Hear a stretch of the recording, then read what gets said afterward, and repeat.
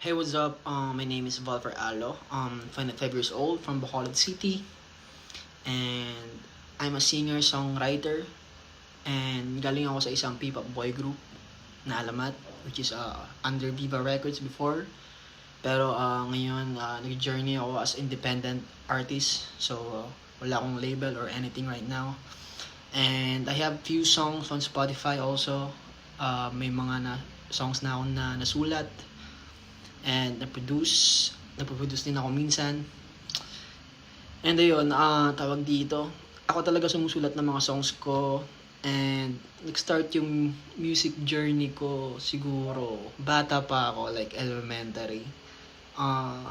Ayun, yung kuya ko, yung dalawa kong kuya, yung isa kong kuya, pinapatugtog niya lagi. Ayun, Chris Brown, Neo, Justin Bieber. So ayun, yun talaga yung mga influence ko. And then yung isa ko namang kuya, siya naman yung parang rapper sa family. And ayun, yun naman yung pinapatugtog niya, yung mga local rap like Mike Cosa, Republican.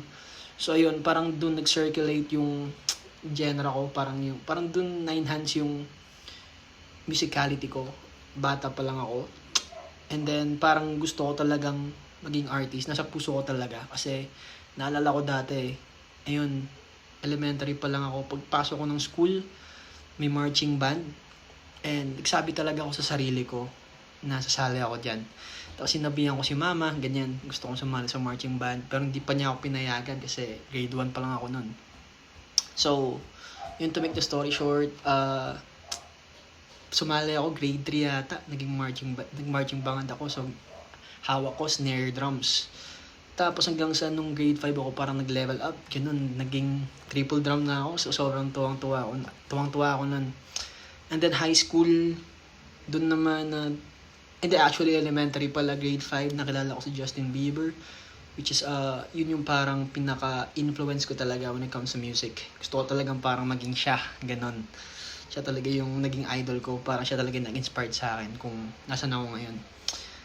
And, ayun, nagsimula noon, ginaya ko yung book niya, ginaya ko yung forma niya, ganyan-ganyan. Tapos, ayun, binansagan akong Justin Bieber sa school, ganyan-ganyan. Tapos, hanggang sa nadala ko siya, hanggang sa paglaki, nung high school ako, pumasok ako. Tapos, ayun, nagkagrupo din ako, pero which is sayaw naman. So, ayun, nagtrip din ako sumayaw, first year, second year, high school.